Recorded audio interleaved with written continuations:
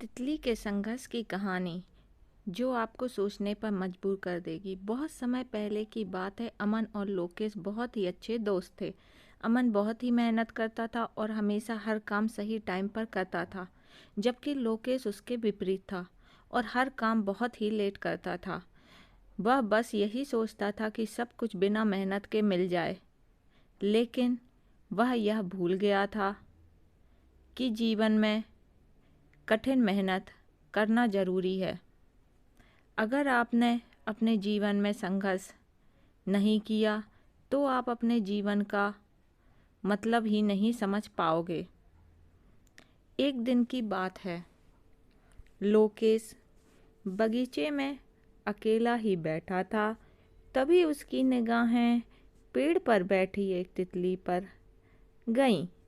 उसी पेड़ पर टहनी से लटकता हुआ एक तितली का कोकून दिखाई दिया। तितली का अंडा जिससे उसके बच्चे निकलते हैं। तितली बहुत ही संघर्ष कर रही थी, लेकिन वह अपने अंडे से बाहर नहीं आ पा रही थी। लोकेश यह सब बहुत ध्यान से देख रहा था। उसको बहुत ही मज़ा आ रहा था। थोड़ी देर बाद शाम हो गई।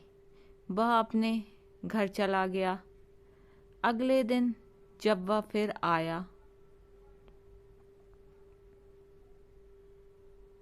तो देखा तितली अभी भी अपने अंडे से बाहर निकलने के लिए संघर्ष कर रही थी। कुछ देर तक वह यह सब देखता रहा। जब उससे नहीं रहा गया तो वह घर जाकर एक कैंची ले आया और उसके लेयर को काट दिया और वह तितली बाहर आ गई। वह बहुत खुश था कि उसने तो बहुत ही अच्छा काम किया है, लेकिन जब बहुत टाइम हो गया तो वह सोचने लगा, यह तितली उड़ क्यों नहीं पा रही। उसने अमन को भी बताया और उसको सारी बात बताई। अमन उसकी बात सुनकर बोला, तुमने यह बहुत गलत किया है। तुमको ऐसा नहीं करना चाहिए था। इस पर लोकेश को गुस्सा आ गया और बोला, मैंने क्या गलत किया है। फिर अमन ने उसको बताया कि यह एक प्राकृतिक तरीका है तितली के अंडे से बाहर आने का।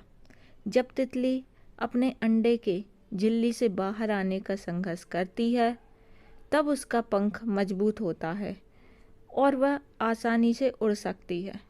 लेकिन अगर वह संघर्ष नहीं करती है तो उसके पंख उड़ने लायक नहीं होते हैं, जैसा कि इस तितली के साथ हुआ है।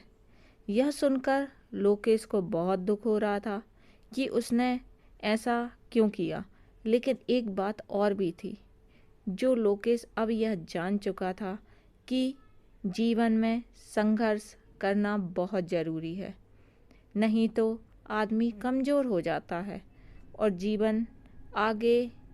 जीवन में आगे नहीं जा पाता।